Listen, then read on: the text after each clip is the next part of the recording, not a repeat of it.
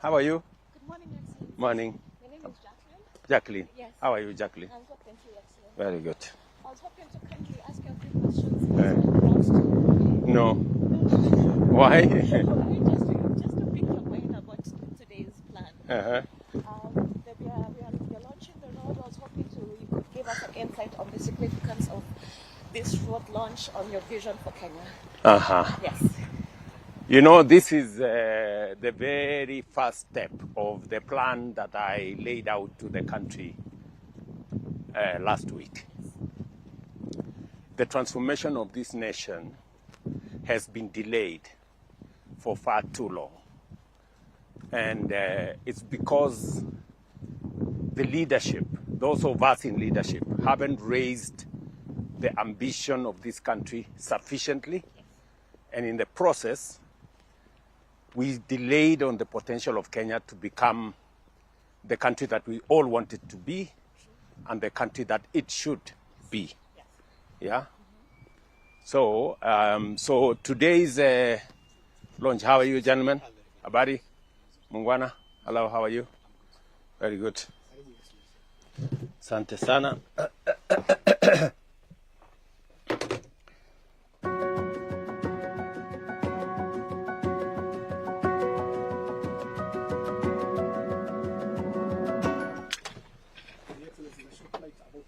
Okay.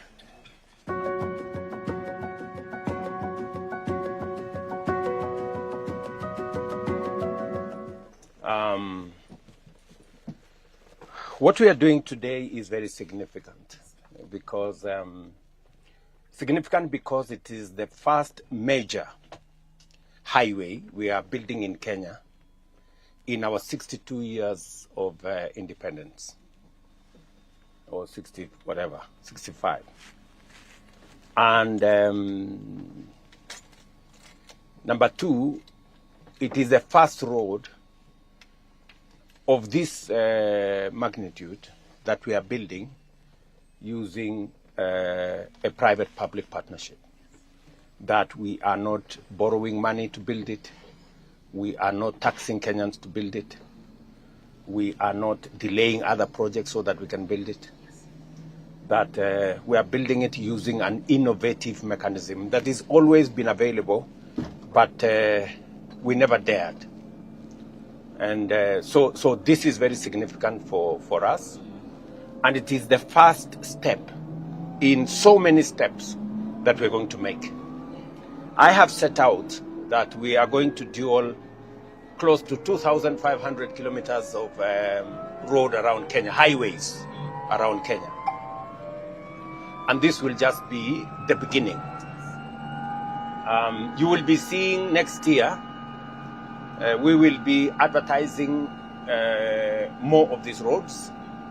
Beginning from January, February, we will start with Kiambu Road. We will go to Northern Bypass. We will then go to all the other roads that I have listed. And when I made when I communicated the plan to the country in Parliament, many people thought it was a plan that was going to be implemented, I don't know, many years from now. No, this is a plan we are implementing from now. And in my estimation, we should be able to move Kenya from where we are today to a first world economy in 30 years. It is a reality that by God's grace, if I get to 90, I should be able to see Kenya as a first world before I move on. And so do are many other Kenyans. So this is how significant that is, because we need to get Kenyans to know that it is possible it can be done, as I said. It can be done. We have, over the years, we have developed this notion that nothing can be done. This is how we are. We cannot do this, you know.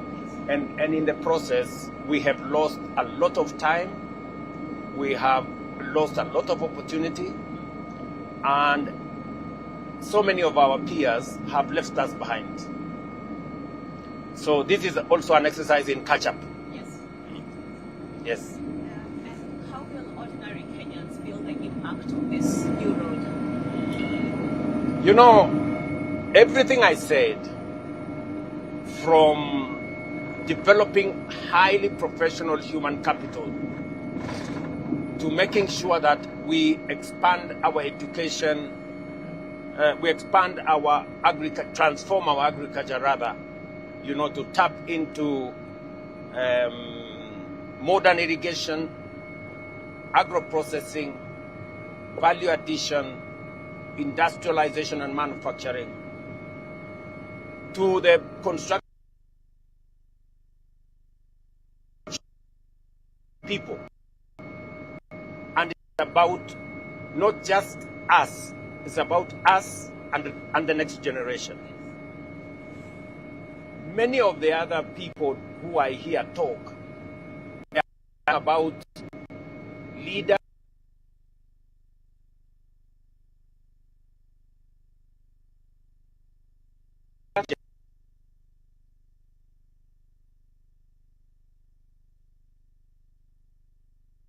the people who are focused on the selfishness of people and positions and the next election.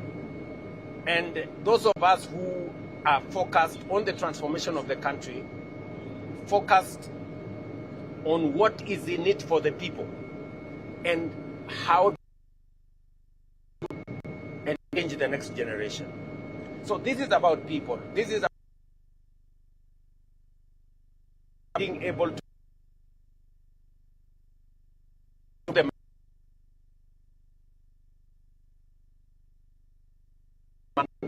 home to work.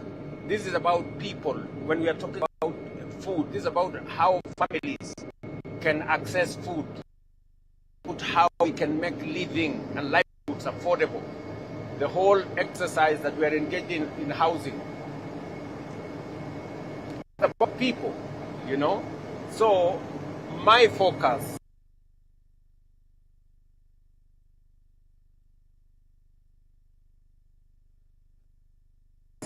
and it's about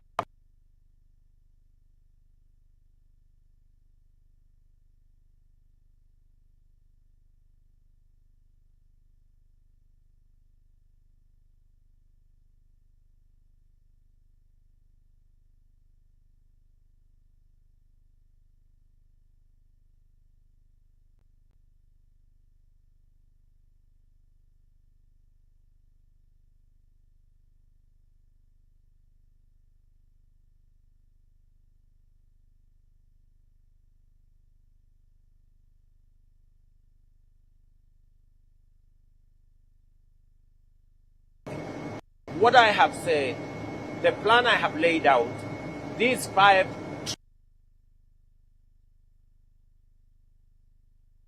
and you will see it, you know, is that by next year we should be able to put together the resources,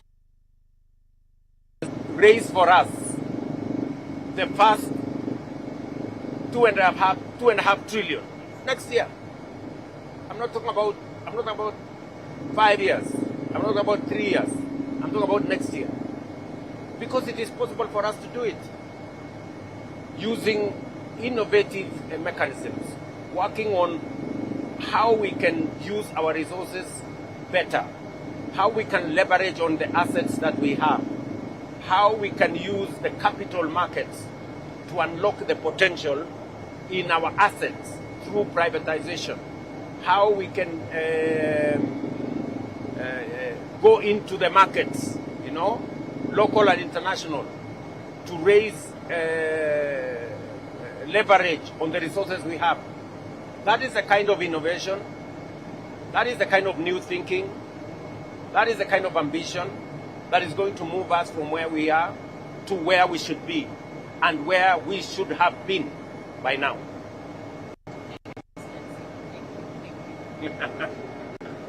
Thank you very much, my dear.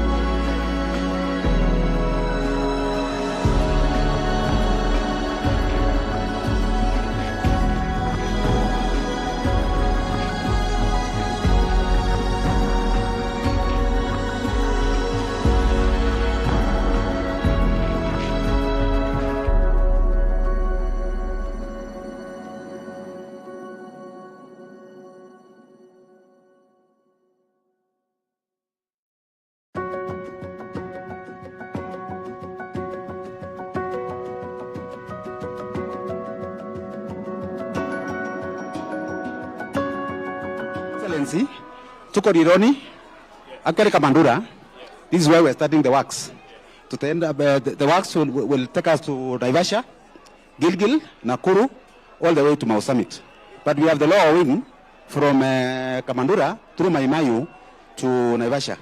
The total length of the roads, Your Excellency, will be 233 kilometers. 233. 175 on the upper side, and then 58 kilometers on the lower side. 58 kilometers on the lower side. It is being, it's a JV between CRBC and NSSF. Those are the people who give us the road. Is that a PPP arrangement? We hope to finish within the next 2 years. In fact, we are telling the contractor by April 2027, we should be able to use the road. And he has given us the undertaking that is going to do the road. So that is where we are, Your Excellency. Yes. Rironi to Naivasha, there are 2 sections, the upper side and the lower side, converging at Naivasha. This will be 4 lanes, 2 on either side. But from Naivasha to Nakuru, we are going to have 6 lanes. 6 lanes. And then there will be a viaduct in Nakuru. The road will be raised, the through road, so that it does not interfere with the traffic within town. Then now from Nakuru all the way to Mau Summit will also be another 4 lane. That is arrangement, Your Excellency. Yes. So basically these are the details for the project, and we hope that the contractor will be able to complete within 2 years, but also have a component of operation and maintenance for 28 years. So we'll be maintaining the road for 28 years using a toll charge program, a user pay program. Your Excellency, this is the way the road is at the moment. What is this? This is the road in Pictorial, the small towns within the road area, which are going to be covered by this road. Like for example, if you look at this is kilometer 0 at Kamandura. The upper road is this other one, all the way towards Naivasha, and the lower one is this other one, through Rironi-Mau, through Longonot, all the way to Naivasha, Korvasek and Naivasha. And this is the opposite of it from the other side. Your Excellency, this is the way the road is at the moment. This is Naivasha turnoff interchange at Naivasha town, Rironi. This is what is being done from Jamikishuru to end at Rironi, and this is the escarpment. Okay? Your Excellency will play a small video, a short video. The take us a very short length.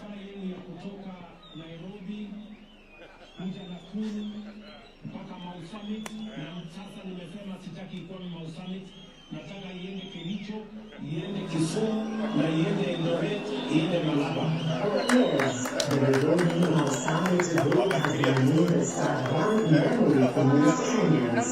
Traffic, long, stressful hours spent bumper to bumper, engines idling, families waiting, businesses losing time, and journeys that took far longer than they ever should.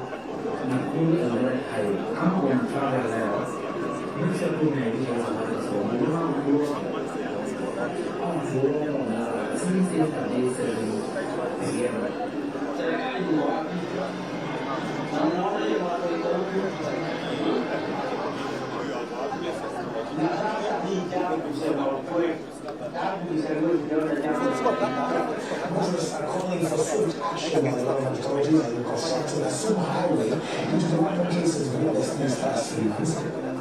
Now, relief is finally coming. Next week, I will launch the dueling of the 170-kilometer Rironi-Mau Summit. On the same day, I will break ground on the dueling of the 58-kilometer Rironi-Mau road.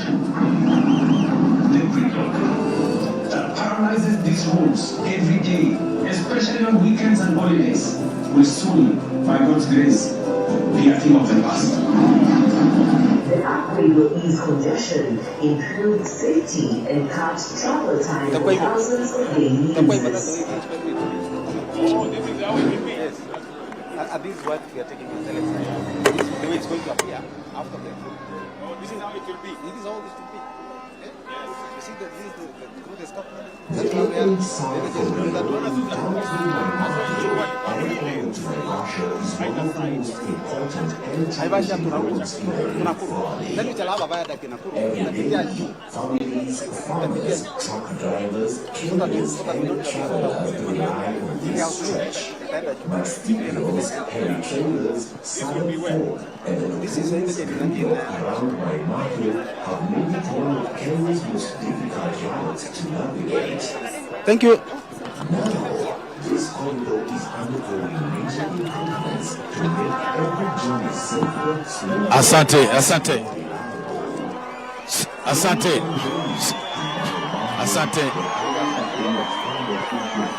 Sawa.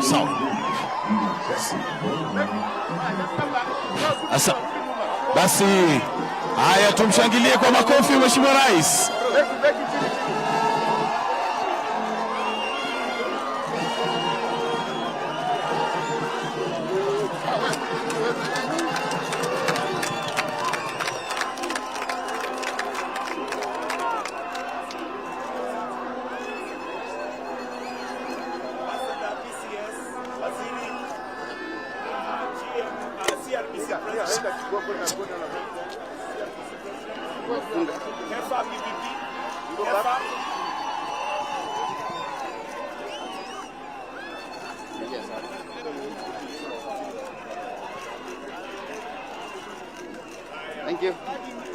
Thank you.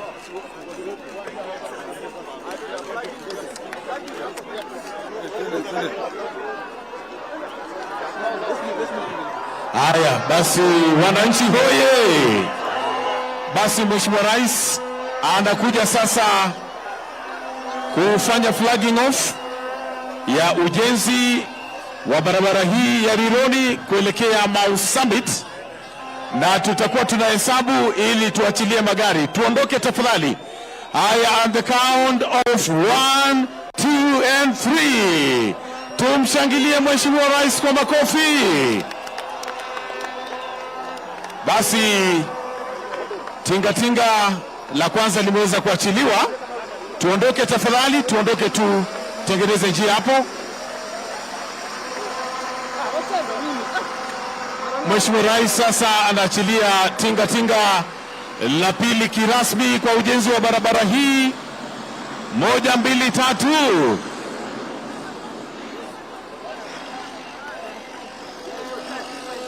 Hivi sasa ni wakati wa malori ambaye atabebea lami na vile vile mchanga. Yanaachiliwa wapi? Makofi. Lori la pili vile vile, kumbuka kuna malori zaidi ya 10 ambaye ataachiliwa siku ya leo.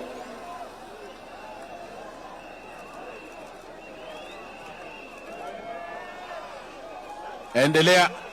Basi tutakomea hapo kwa sasa kwa sababu ni mengi sana.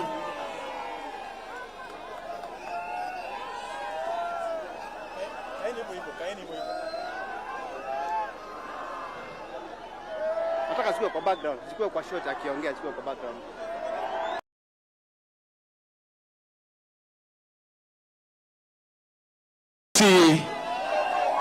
Pole tu tusogee upande huu, tumpishe Mheshimiwa Rais aweze kusema nasi. Mnakaribishwa upande huu pole tu. Pole wananchi. Tuondokee wananchi waweze kusongea upande huu. Karibuni pole sana wananchi. Karibu. Tumkaribishe Mheshimiwa Rais. Pole sana, usikimbie hata kidogo. Rais uko hapa leo. Kiambu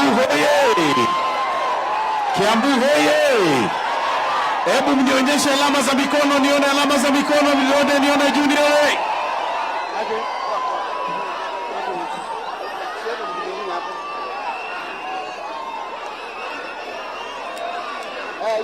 Una kebo. Tumetosha. 28. Haya, namwalika waziri. Hebu tutulie kidogo. Namwalika waziri aseme machache kabla tusikie kutoka rais. Mheshimiwa. Anaenda wapi?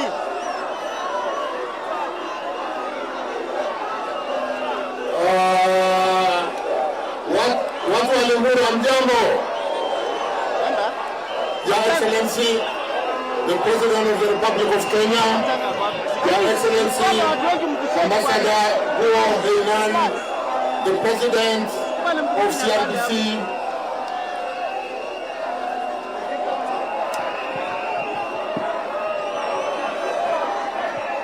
naomba tafadhali tutulie kidogo, tutawapatia chance, tutulie kidogo, tusikize waziri.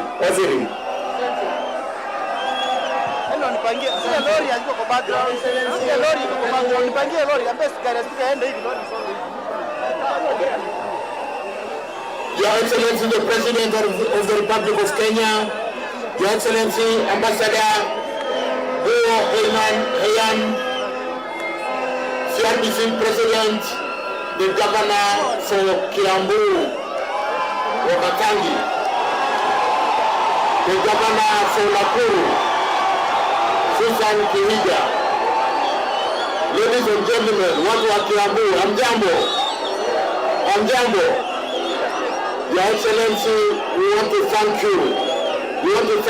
Tunashukuru sana, Your Excellency, for being here with us today, kuzindua hii mradi wa Rironi-Mau Summit. Barabara tumengojea kwa muda ya miaka 10 tumekuwa tukingojea tujenge barabara.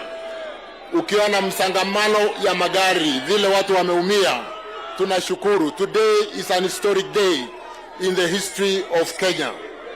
We want to thank you, Your Excellency, and allow me from the onset to really thank you and appreciate your coming here today.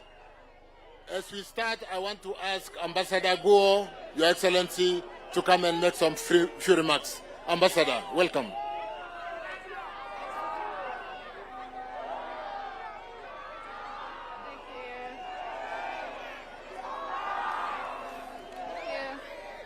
Yeah, His Excellency Dr. William Ruto, President of Republic of Kenya,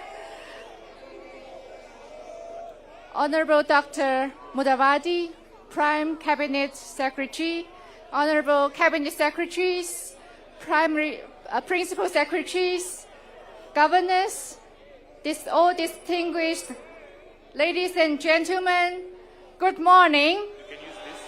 Jumbo.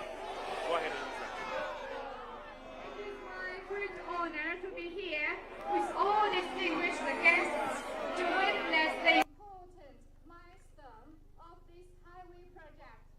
On behalf of the Chinese Embassy in Kenya, I extend warm congratulations on the official launch and pay highest respect and sincere gratitude to all friends and partners who have long been committed to advancing China-Kenya cooperation.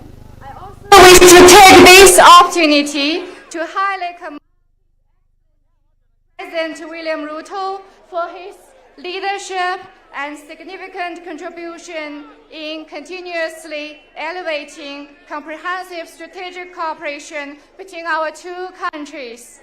During His Excellency's successful state visit to China this April, the two heads of state reached a series of strategic and forward-looking consensus that charted the long-term course of bilateral relations, including encouraging exploration of new opportunities for cooperation and promoting further investment in Kenya. The groundbreaking of this project stands as a flagship outcome under this framework. China is steadily advancing high-standard opening up, a key strategic task explicitly underscored in our next 5-year plan, which emphasizes building an innovation-driven, globally connected economy and promoting orderly broadening of outbound investment. Guided by this strategic vision, China continuously broadened the scope and cooperation, providing sound mechanism and policy support to foster mutually beneficial win-win outcome of partner countries. This landmark project will profoundly enhance road safety, elevate severe traffic congestion, and improve transport efficiency across Western Kenya. Chinese enterprises, long committed to Kenya's development, have pursued localization and sustainable operation, creating employment opportunity, building industrial supply chain capacities, and fulfilling social responsibility. Through deepening integration with local development priority, these efforts will meaningfully advance Kenya's Vision 2030 and support the long-term prosperity and the cohesion of the region. We call on enterprises entrusted with this project Kenya cooperation uphold the highest standard of quality, safety, and professionalism, and deliver the project on schedule. Endeavor stands as yet another flagship exemplar of our commitment to responsible development and further deepening a bilateral strategic partnership. Looking ahead, China and Kenya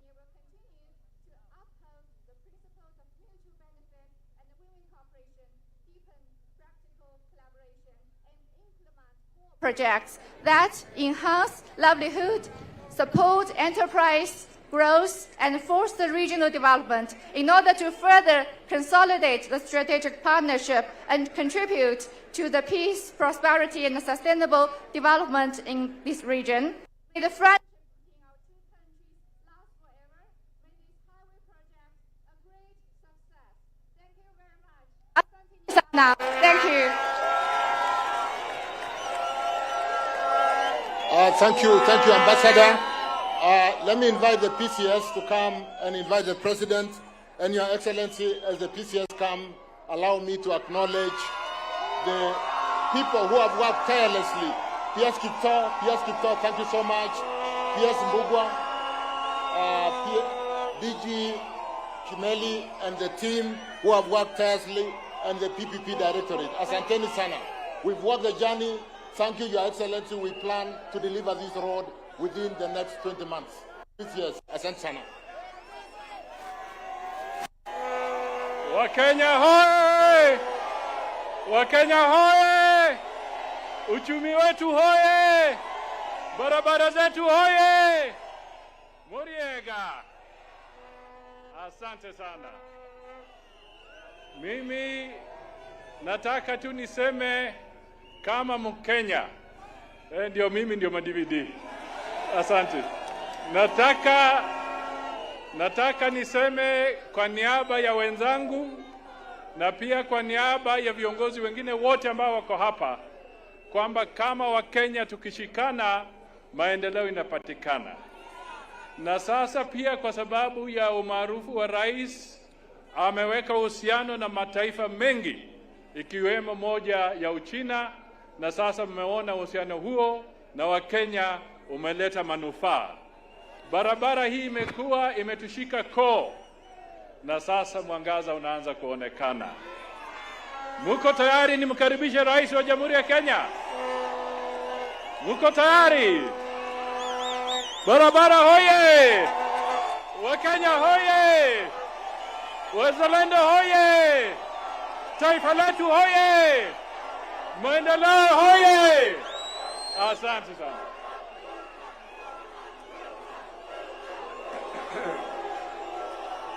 Haya, viongozi wote wenzangu, ndugu wananchi wa Kiambu, Nakuru na Kenya, hamjambo? Hamjambo tena? Ado aito moriega. Mwathani agocwo. Bwana Yesu asifiwe. Hebu mnisalimie hewani nione watu wa hapa Kiambu. Asanteni sana. Waswahili wanasema hayawi yamekuwa mabado. Tumefika hatujafika. Ni leo si leo? Si ni leo jameni? Munajua mimi nilikuwa kanisani hapa Kamandura, si ni kweli? Na niliwaambia munipatie nafasi kidogo ili nirudi hapa ndio tuweze kujenga hii barabara. Hiyo ilikuwa ni kama miezi 3-4 iliyopita.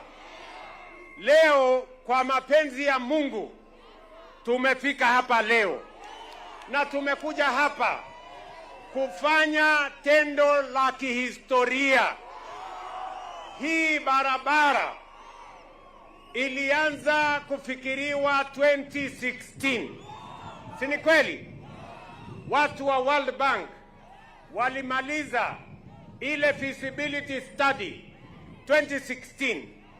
Tumekuwa tukitamani kama nchi hii barabara tuitengeneze vizuri, iwache kuwa na msongamano, iwache kuwa barabara ya ajali, iwache kuwa barabara ya kusumbua wananchi. Ni kweli ama si kweli? Si ni kweli jameni? Nilisema juzi, wiki iliyopita, nikasema nikiwa bunge ya kwamba wiki hii tutaanzisha hii barabara.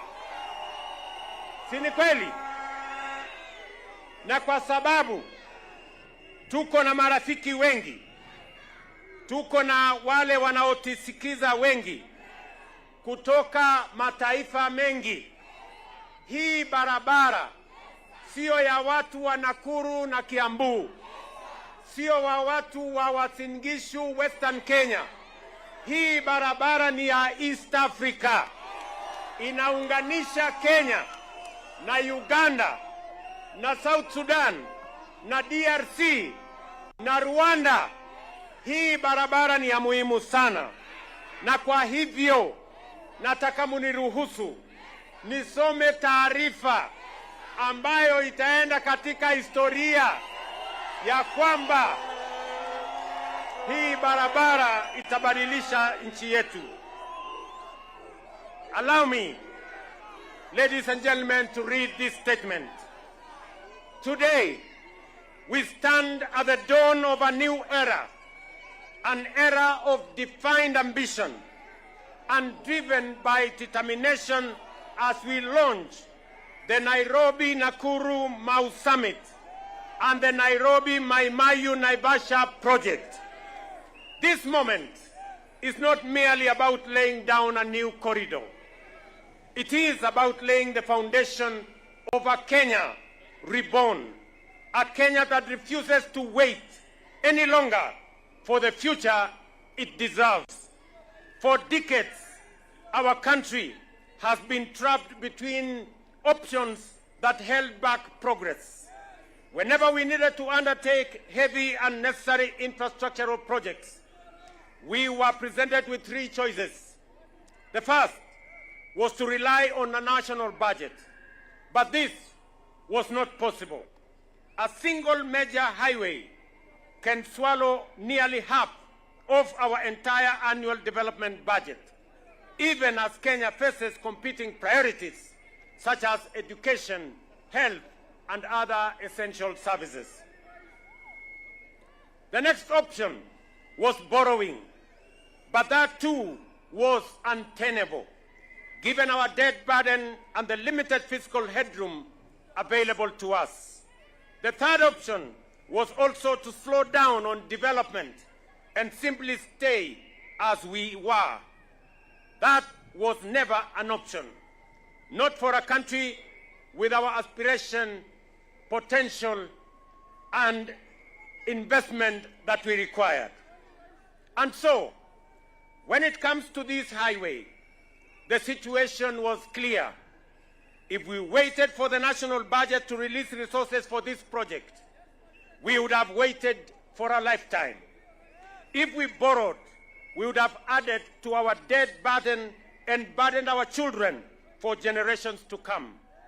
If we taxed more, we would have suffocated families. And if we did nothing, we would have surrendered to stagnation. That is the reality, and crisis our country has faced for years. Stagnation born out of helplessness, born out of lack of ambition, imagination, and innovation. This stagnation has become a quiet paralysis that crept into our systems, into our confidence, and into our national spirit. It convinced us that mediocrity was normal, that average was acceptable, that delay was destiny, stagnation, that is truth, was slow regression. But today, we break those chains. We promised to be innovators. We promised to build differently. And today, we keep that promise boldly, unapologetically, and unmistakably. This project we launched today is more than a highway.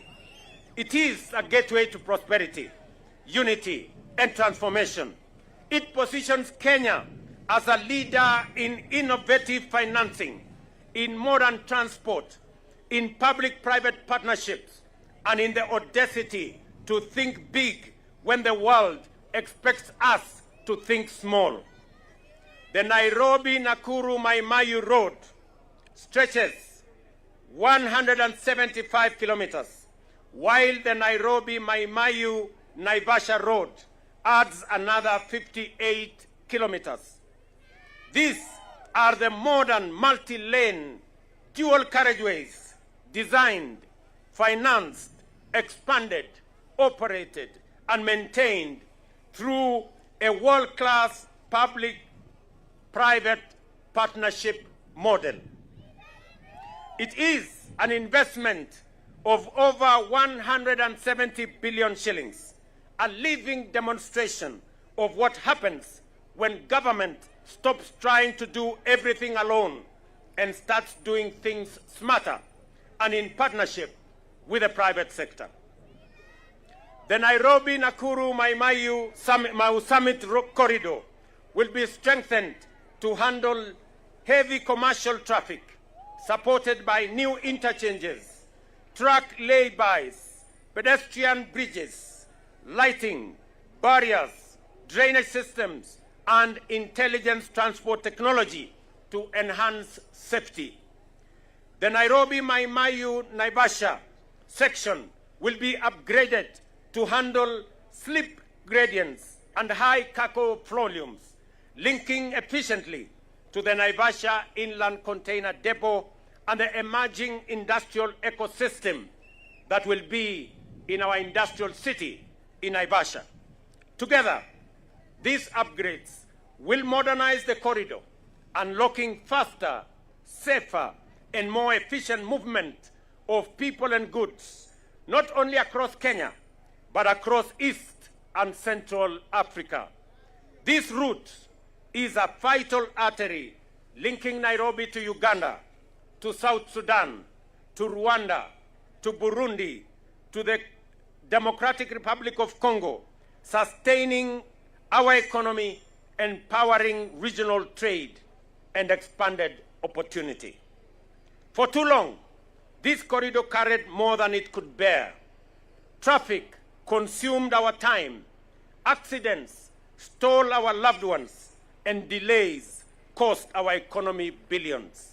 Today, we say no more. With modern engineering, innovation, and accountability, this road will cut travel times, reduce accidents, and save lives.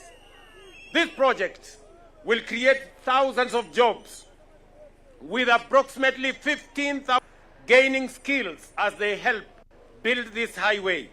It will not only construct roads, but careers and futures, with local content leading and Kenyan businesses at the center.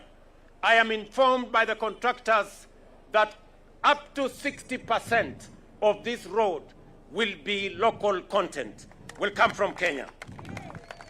We also honor and welcome the expertise of our Chinese partners, whose technology and experience strengthen these projects while helping build capacity within our own workforce. Last week, I laid out Kenya's roadmap for the world economy. Today, that roadmap moves from words to reality. Across the country, a new generation of transformative highways is rising. In the coming months, we will break ground on major dual carriageway corridors from Muthaiga to Kiambu and Ndumberi, from Machakos Junction to Mariakani, from Mau Summit to Kericho and Kisumu, and from Kisumu onward to Busia. And we will continue across the Republic.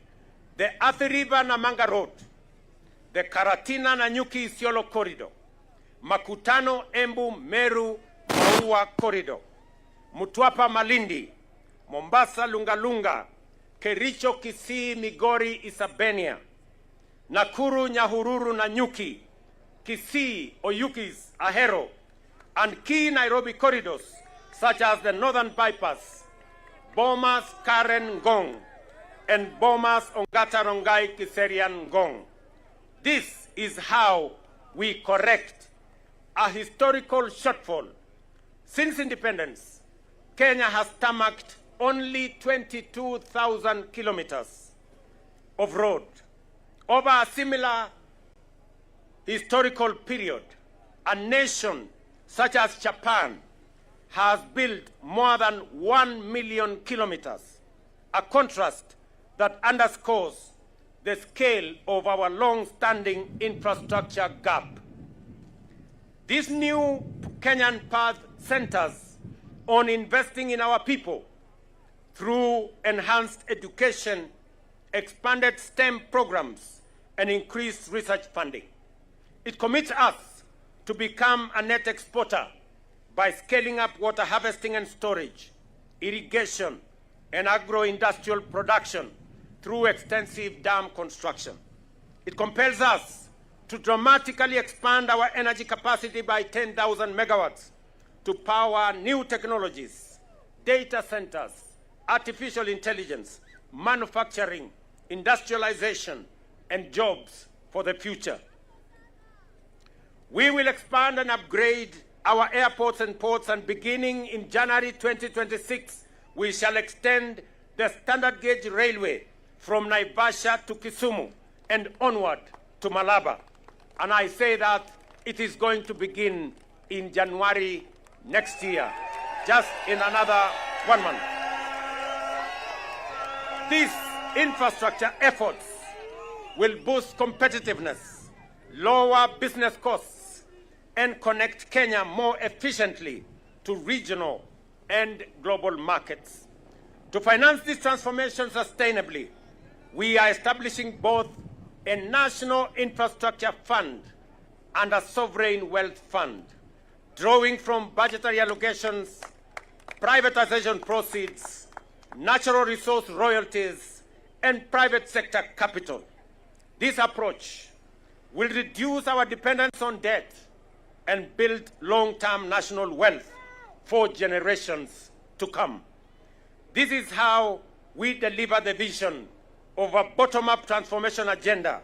This is how we empower farmers, manufacturers, transporters, and our families.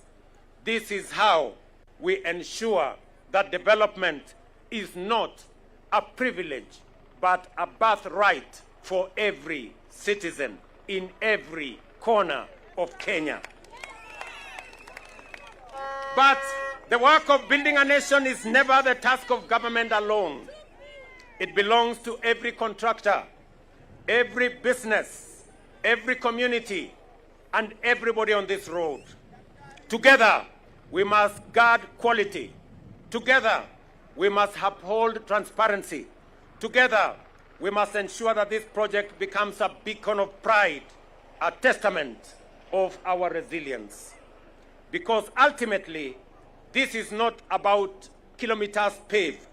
It is about lives we change, the opportunities we unlock, the Kenya we dare to imagine and finally choose to build. This is our moment to rise from the ordinary, to step away from the average, to leave mediocrity behind us, and to walk confidently and decisively into excellence.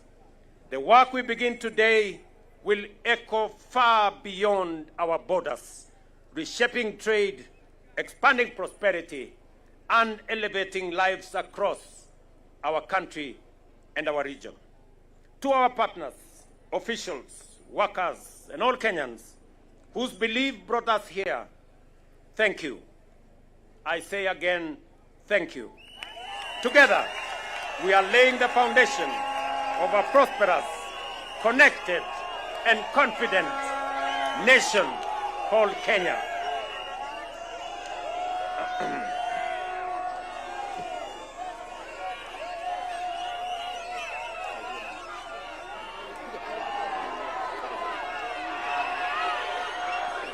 Aya.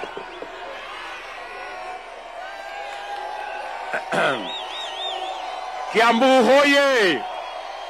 Kiambu hoye! Ni leo si leo bana? Si ni leo? Ndugu zangu watu wa Kiambu na Nakuru, ndugu zangu wa Kenya, mimi nawaeleza ya kwamba nimesoma hiyo taarifa kwa sababu jambo tunafanya hapa leo ni jambo la kihistoria. Mimi niliwaeleza ya kwamba tutabadilisha taifa letu la Kenya. Tutatoa Kenya kutoka third world, tutapeleka Kenya first world. Sisi tukiwa hai kwa miaka 30 ijayo, Kenya hii itabadilika. Tutaondoa umaskini, tutahakikisha ya kwamba kuna nafasi ya ajira ya vijana wetu, tutakuza uchumi na tutakuwa na chakula ya kutosha, Kenya iweze kupiga hatua ya kwenda mbele. Mimi nawauliza nyinyi watu wa Kiambu na Nakuru na wa Kenya, munaamini hamuamini? Munaamini hamuamini? Munaamini? Mimi nataka niwaeleze. Leo hii barabara tunajenga hapa, kutoka hapa Kamandura mpaka Gilgil, tumekubaliana na contractor. Hii barabara ndani ya miezi 6 itakuwa imekamilika kufika pale Gilgil. Nimesema miezi ngapi? Nimesema miezi ngapi? Miezi 6. Musikie vizuri. Kutoka leo miezi 6 hii barabara itakuwa tumemaliza kutoka Kamandura mpaka imefika wapi? Imefika Gilgil. Kwa sababu nimekubaliana na hawa wangwana ya kwamba wakimaliza hii barabara ifike Gilgil, wakuje sasa waanze ile ya kutoka hapa kwenda chini pale Maimahiu kupitia mpaka ifike Naivasha. Tumekubaliana? Na hiyo ni kontrakta moja. Mimi tena naenda kuanzisha kontrakta mwingine leo pale Gilgil. Kuna kontrakta ananingoja pale saa hii. Nyinyi mnanielewa? Nyinyi mnanielewa? Kontrakta mwingine anangoja pale Gilgil leo. Tunaenda kuanzisha sasa hiyo barabara kutoka Gilgil pale iende Nakuru, iende Mau Summit. Nyinyi mnanielewa? Na huyu kontrakta, genge moja ya ujenzi inaanza hapa, genge ingine ya ujenzi iko katikati, genge ingine ya ujenzi inaanzia Gilgil ikirudi nyuma. Nyinyi mnanielewa? Nyinyi mnanielewa?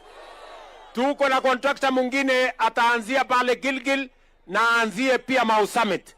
Kwa sababu nimesema kwa mapenzi ya Mungu, mimi nataka siku ya madaraka. Siku gani? 2027, siku ya madaraka, tarehe 1 mwezi wa 6. Mimi nakuja kufungua hii barabara ikiwa imekamilika. Nyinyi mnanielewa? Wakenya hoye! Inawezekana, haiwezekani bwana? Tunaelewana? Tunaelewana? Na hii barabara haikwami pale Mau Summit. Tayari wiki ijayo tayari tumepata pesa kutoka watu wa IE Bank, AIB Bank. Wametupatia pesa ya kufanya feasibility study kutoka pale Mau Summit iende Eldoret, iende mpaka Malaba, iungane na Uganda. Nyinyi mnanielewa? Na barabara ingine itoke pale Mau Summit iende Kericho, iende Kisumu, iende Malaba, tuunganishe tena na Uganda. Na hiyo kazi tunatangaza feasibility study next week. Nyinyi mnanielewa? Tukimaliza hii barabara 2027 ifike pale Mau Summit, wakati tunafungua tarehe 1, hiyo tarehe 3 mimi naanzisha ile barabara ya kutoka Mau Summit kwenda Uganda. Nyinyi mnanielewa? Nyinyi mnanielewa? Hii Kenya tutaibadilisha. I promise you, this country, hii nchi yetu imechelewa na maendeleo. Na sasa ndio tumefikia hiyo wakati ya kusema we no longer want mediocrity in our equation. We no longer want the average in our equation. We no longer want the normal and the similar in our equation. We must go for excellence. We must go for what is better than what we have today. Nyinyi watu wa Kiambu mnanielewa jameni? Kiambu mnanielewa? Mimi niliwaeleza ya kwamba maneno hii ya barabara, na nimetangaza pale bunge ya kwamba hii barabara tunafanya dual carriageway. Nimewasomea hapa barabara ambazo tutaanza kuzijenga. Sio hii peke yake. Mwaka ujao, mwaka gani? Mwaka ujao. Zile barabara zingine zote mimi nimetangaza next year tunazianzisha dual carriageway ya kutengeneza hii Kenya yetu yote. Na hiyo haitoshi. Pia nimesema ya kwamba ile Kenya tangu uhuru tumejenga kilomita 22. Sasa nimeamurisha wizara ya mabarabara, nimewaambia watengeneze ingine kilomita 28,000. Tunataka kujenga in the build another 28,000 kilometers of tarmac.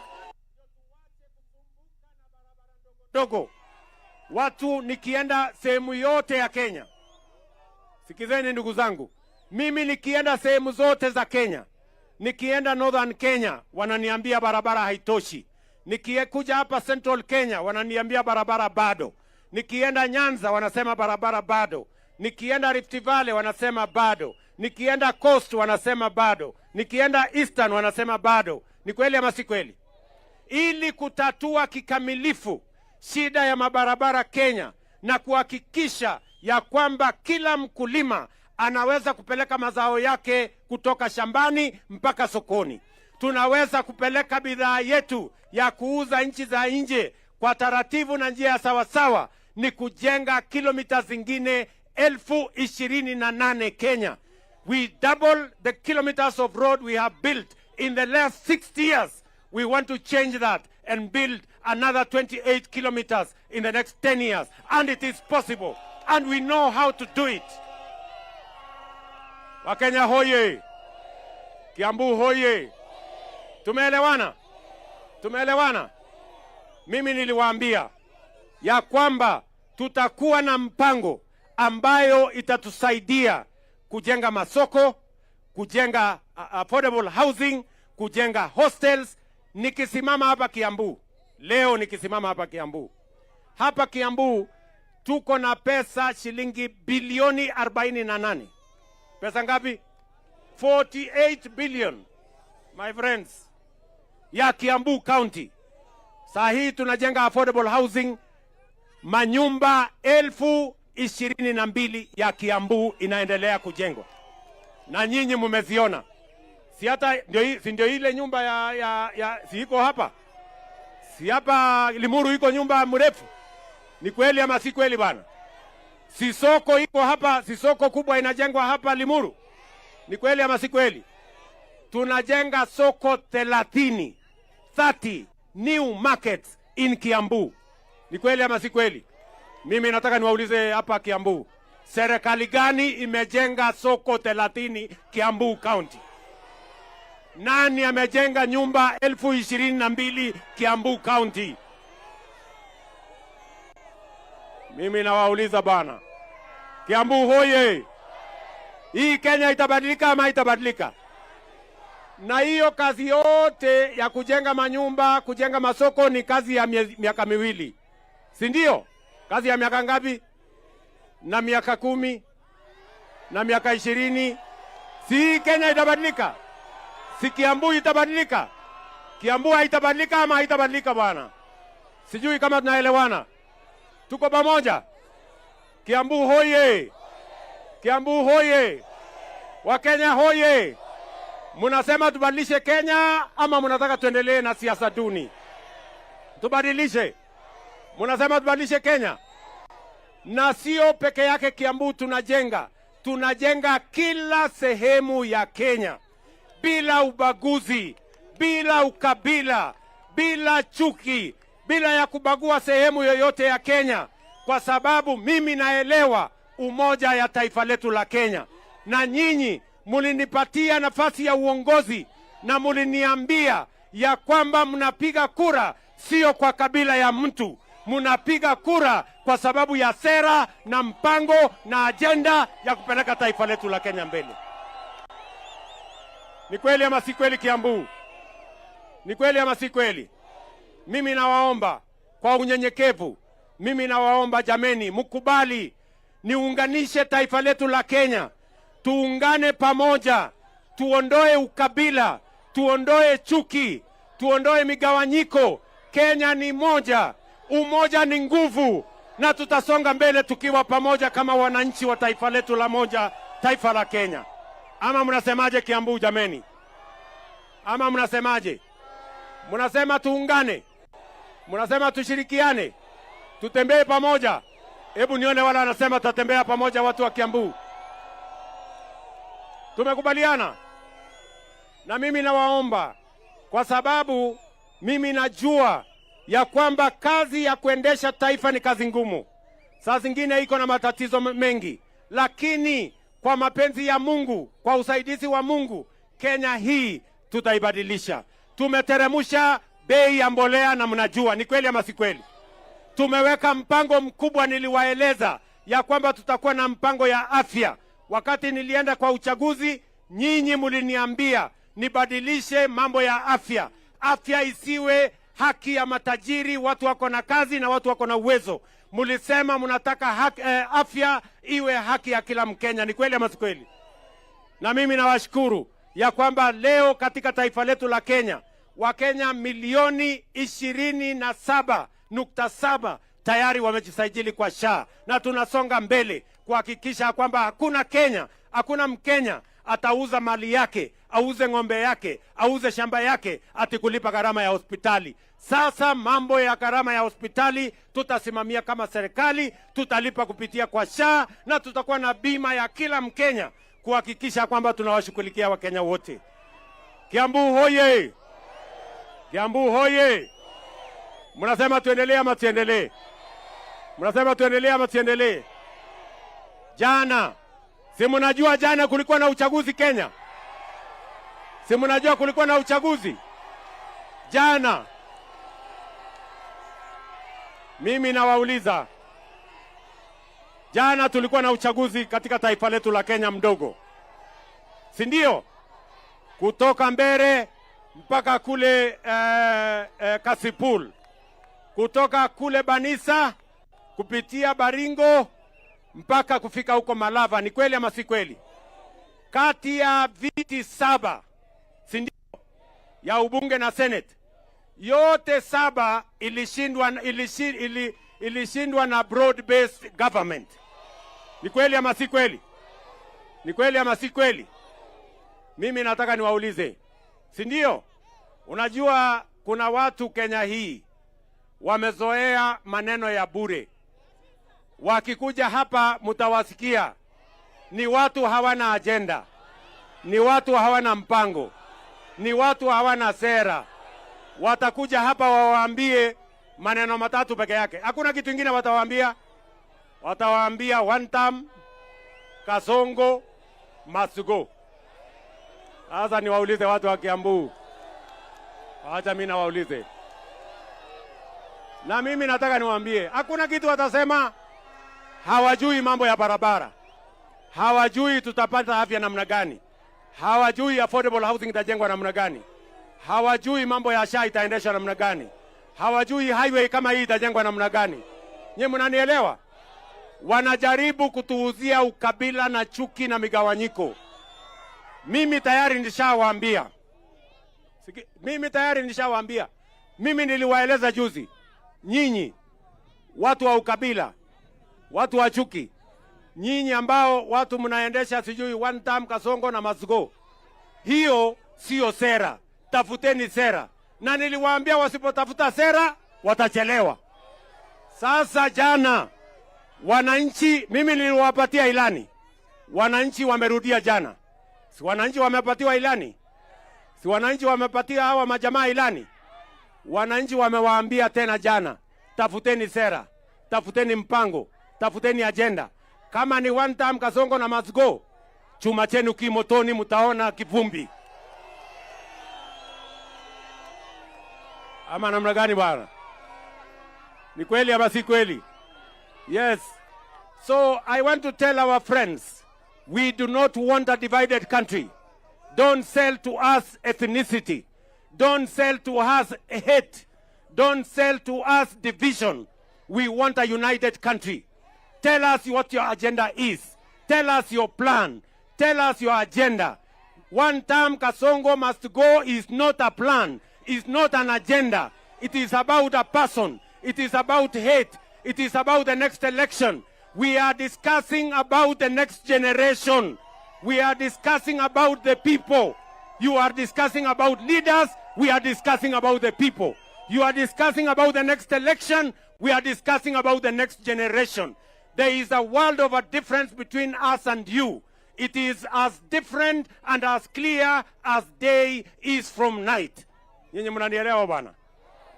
Sasa nishawaambia hawa jamaa, wakiendelea na hii, tutawazamisha asubuhi na mapema. Hao watu watatembea wakitembea. Kiambu hoye! Kiambu hoye! Na mimi nataka niwashukuru wa Kenya. Nataka niwashukuru wa Kenya wote. Wapigaji kura wa kutoka kule Mbere, wapigaji kura wa kutoka Kasipul, wapigaji kura kutoka Unguja, wapigaji kura wa kutoka Baringo, wale wapigaji kura wa Banisa, wale wapigaji kura wa kule Malava. Mimi nawaambia asante sana. Mimi nasema ongera, mumetuhakikishia ya kwamba hamutaki ukabila. Wakenya wametuambia hawana biashara na ukabila, hawana biashara na chuki, hawana biashara na migawanyiko. We want a united nation, a nation that stands together and focuses on the good and the prosperity of every citizen without the limitations of where they come from, their religion or their ethnicity. Tumekubaliana jameni? Mimi nimemaliza, nataka niseme asante sana Kiambu. Tumekubaliana? Kiambu hoye! Kiambu hoye! Mimi ninasimama hapa na nyinyi. Mimi nimekuwa rais wa Kenya kwa sababu ya kura zenu. Ni kweli ama si kweli? Na mimi nataka niwaeleze, kwa vyovyote, juu chini, kulia na kushoto, mbele na nyuma, leo na kesho, mimi sitawachana na nyinyi, tutatembea pamoja mpaka nihakikisha kwamba hii Kiambu imebadilika na Kenya imebadilika. Tumekubaliana jameni? Harambee! Harambee! Harambee! Harambee! Tumekubaliana? Kwa sababu tuko na viongozi wengi. Mimi nimemaliza. Wacha niulize hawa viongozi. Wewe Kimani, kuja karibisha viongozi.